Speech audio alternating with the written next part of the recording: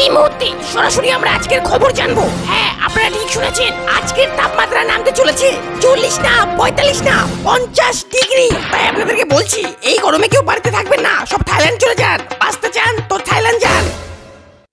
কিরে আব্দুল, বলছিলাম যে কেমন গরম পড়েছে। হ্যাঁ, আর কোস্টেরে বসা, যা গরম পড়েছে শুনেছি আজকে বলে 50 ছাড়বে। ছাড় বাদ দে, এই গরমে তোর বিরিয়ানির দোকান কেমন চলছে? আর কোস্টে তোর আর কি কব, যা গরম পড়েছে গরমের শোডনে কেউ দোকানে আসছে না।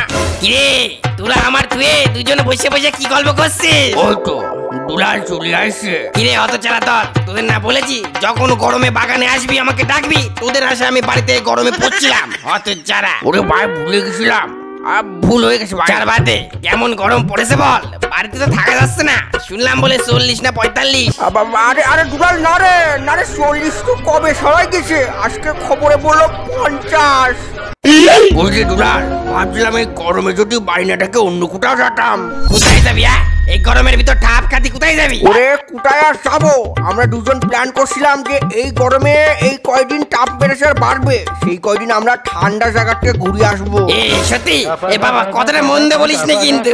দার্জিলিং গেলে কেমন হয়? আমাদের এখান থেকে কাছেও আসে, আর ওখানে অতটা ঠান্ডাও না, হালকা হালকা। ঠিক বলেছিস, তাহলে তাই হোক, এই কদিন দার্জিলিং থেকে ঘুরে আসা যাক। কিন্তু বাড়িতে যদি বলি দার্জিলিং যাচ্ছি, তাহলে তো বাড়ি থেকে যেতে দেবে না। ওরে দুলাল, বাড়ি থেকে থোড়ি বলবো দার্জিলিং ঘুরতে আসি, বলবো মায়াপুর তারাপীঠ যাচ্ছি ঠাকুর দেখতে। তাই করি, এই সব কিছু সাবধানে করবি। হ্যাঁ, কোনো ট্রেন না পায়, বুঝলি? ওরে চিন্তা তো তোদের, চিন্তা কি আমার নাকি? আরে আমার বউ আমাকে থেকে ভয় পায়, আরে বললেই ছেড়ে দেবে। তাহলে তাই হোক, সবাই যে যার বোর কাছ থেকে পারমিশন নিয়ে আসো, যাও। তাহলে বিকালবেলা এখানে দেখা হচ্ছে কিন্তু। ঠিক আছে, তাহলে বিকালে আমরা প্ল্যান করব কবে আমরা দার্জিলিং যাচ্ছি। কি গো ফটেমা, কি করতিস? দেখতে পাচ্ছ না, এই গরমের ভিতরে রান্না করে নাচ করতেছি, কি আর করব? রাগ করতিস কে? ওই একটা কথা জিজ্ঞেস করার ছিল। যা বলো তাড়াতাড়ি বলো। এই গরমের ভিতর তোমার তো কাজ নেই, আমার কাজ আছে, তাড়াতাড়ি বলে এখান থেকে বেরো। কি গো শিলার মা, কোথায়? এক গ্লাস জল দিয়ে যাও। কি হয়েছে? কাজের সময় খালি টাকা, কি দরকার? ওই মানে বলছিলাম এক গ্লাস জল খালি খুব ভালো হতো। এ ভগবান, এক গ্লাস জল নিয়ে তুমি খাতে পারো না? তুমি কোন বেলায় কাজ করতে পারবা? না থাক, জল লাগবে না, ওই একটা কথা জিজ্ঞাসা করার ছিল। কি কথা? আপনি কয়ে ফেলো, তোমার এই ফালতু কথা সময় মতো আমার কাছে তো টাইম নেই। দেখো, তুমি আজকে এত সকাল সকাল চলে আসলে, 3টের আগে তো বাড়ি ফেরো না। ওই মানে কমলা, ওই এমন কিছু না, ওই একটা কথা জিজ্ঞেস করার ছিল। কি কথা? তাহলে কয়ে ফেলো, তোমার এই ফালতু কথা শোনার মতো আমার কাছে টাইম নেই।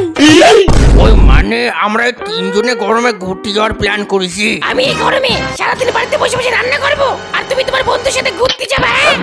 ওই মানে ঘুরতে না বাবা, দর্শন করতে। ওই ধরো মায়াপুর। মায়াপুর?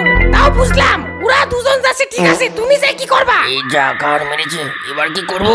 আমি তো ফাঁসি গেছি।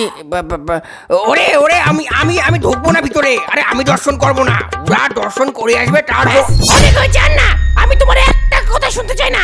তুমি আমার একটা কথা কান খুলে শুনে রাখো, এই গরমে তুমি বাড়ির থেকে এক পা নড়বে না, আমি কই দিলাম। তুই এমন করতে পারিস রে?